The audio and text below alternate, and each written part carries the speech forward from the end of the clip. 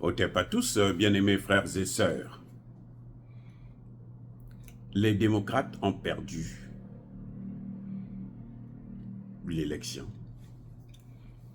Parce que d'abord, il faut reconnaître que la politique internationale des démocrates est une politique qui est contestée, extrêmement contestée, même ici aux États-Unis.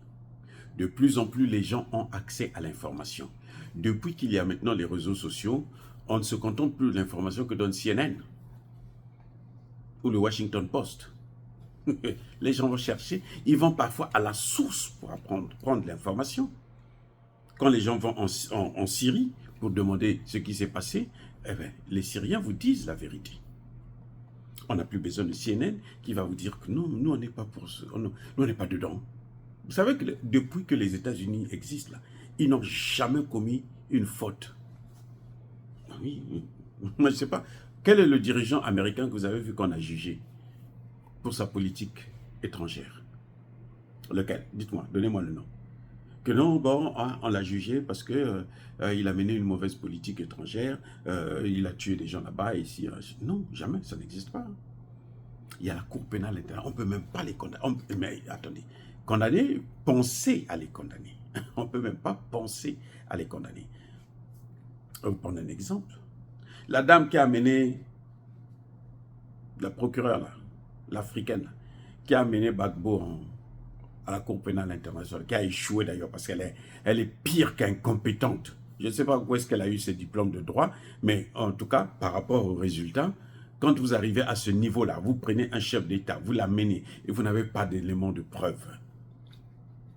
On est obligé de la quitter parce que votre dossier est léger, c'est que vous ne valez rien, c'est que vous devrez repartir à l'école.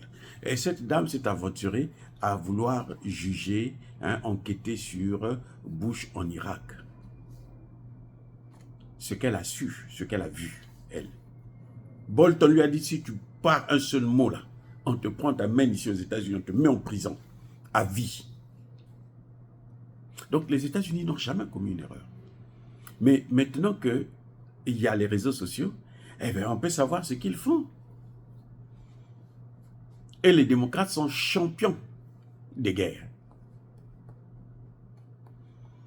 Vous voyez ce qui se passe en RDC? Ça fait 30 ans que ça existe.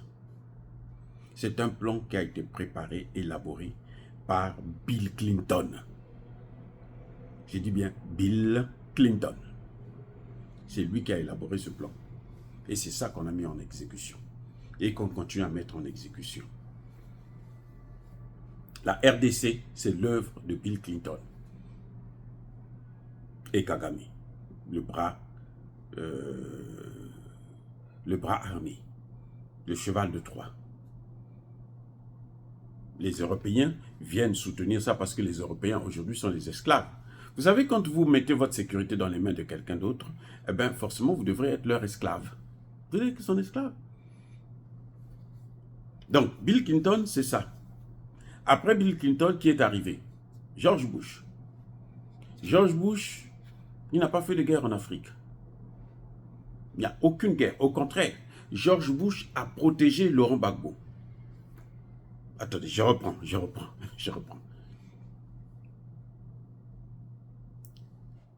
Chirac n'a pas pu enlever Gbagbo parce que George Bush était là. George Bush s'est opposé. Comment on le sait?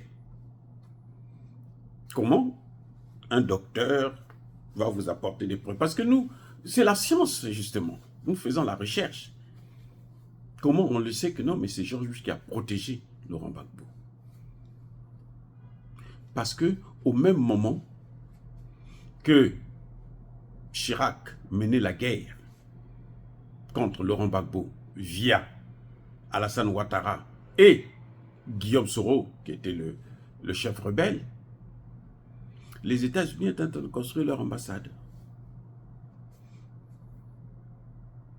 C'est quand George Bush s'en va, Obama arrive. Obama, lui, qui est démocrate, puisque les démocrates, chaque démocrate a sa guerre, et Obama commence où? Il vient là où c'est plus facile, là où il sait que non, il peut tuer comme il veut, personne ne va lui faire un problème. Parce que si Obama était parti faire ce qu'il a fait là, il est allé faire ça en Syrie. Regardez la Syrie. La Syrie a commencé au temps d'Obama. Obama n'a pas pu faire quelque chose. Il avait dit, il y a une ligne rouge, il a mis la ligne rouge, il a pas... Parce qu'il avait peur des Arabes. Mais en Afrique, non, il n'a pas hésité. Il n'a pas hésité un seul instant. Obama a appelé Laurent Gbagbo pour dire à Laurent Gbagbo, quitte le pouvoir, sinon je vais te vitrifier, comme disait l'autre. Voilà. Donc Obama est venu avec la guerre en Côte d'Ivoire. Et il est venu avec la guerre en Libye. Vous savez que ces deux guerres-là ne pouvaient pas se terminer telles qu'elles se sont terminées si les États-Unis ne s'étaient pas impliqués. Donc voilà les deux guerres de Barack Obama. Et ce sont, quand ils ont fini avec la Libye, c'est Obama lui-même et Sarkozy qui ont pris les terroristes pour les amener maintenant dans le Sahel. Et c'est le dossier que Biden est venu recevoir. Mais Biden connaissait bien ce dossier puisqu'il était le vice-président. Quand Trump est venu, Trump n'a rien fait. Parce que ce n'était pas sa priorité. C'est pour ça que je dis encore aux Congolais, ne vous réjouissez pas parce que Trump est élu qu'il va faire le travail que Tshisekedi ne veut pas faire.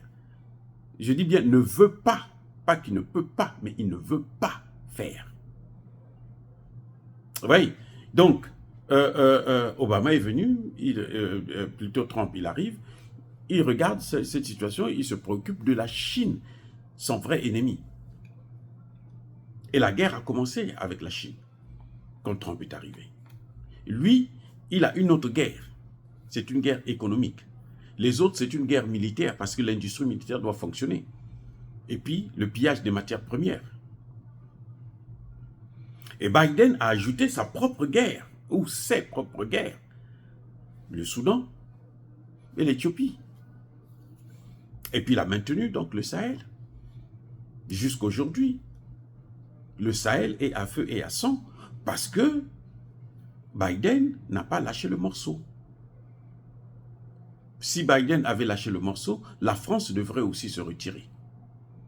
Et comme la France Biden ne se retire pas, alors la France continue aussi à manœuvrer pour aider les États-Unis à encercler le Sahel et continuer à faire la guerre du Sahel. Donc, vous voyez, nous avons affaire à des républicains, des démocrates plutôt, qui, chacun d'eux, vient avec sa guerre ou ses guerres. Et quand les autres viennent, leurs successeurs, ils continuent avec ces guerres. Trump arrivera, il arrive, eh bien, il est arrivé déjà, puisqu'il est élu. Que va-t-il faire? Vous croyez qu'il viendra pour nous aider? Non, ce n'est pas son problème. Malheureusement, c'est ça, ce n'est pas son problème. Nous, l'avantage avec Trump, c'est qu'au moins, lui, il pourra fermer les yeux sur ce que nous allons faire pour développer nos pays, pour assurer notre sécurité. Trump ne va pas nous obliger à ne pas coopérer avec la Russie, à coopérer seulement avec les États-Unis, alors que ce sont eux qui sont en train de foutre le bordel chez nous. Eh oui, les États-Unis sont responsables, puisque c'est la première puissance de l'OTAN. Et nous sommes dans un monde unipolaire. C'est maintenant qu'on est en train de basculer dans la multipolarité. Donc la responsabilité des États-Unis, elle est évidente. Voilà la grande différence entre les démocrates et les républicains. Chaque président démocrate vient avec sa guerre ou crée ses propres guerres pour maintenir l'industrie d'armement en forme. Les républicains aussi font parfois des guerres, mais ce n'est pas vraiment leur objectif. Eux, ils viennent pour le business, comme Trump. Soyez bénis, soyez abondamment bénis par le Dieu des Kémites et par nos ancêtres angélisés. Mais que tous ceux qui persécutent le continent africain le pillent et le déstabilisent, qu'ils soient noirs, blancs, chinois, arabes, juifs, indiens, qui qu'ils soient punis, maudits, foudroyés, neutralisés, écrasés, effacés par le Dieu des Kémites et par nos ancêtres angélisés. Vive l'Afrique éternelle, j'ai dit et j'assume.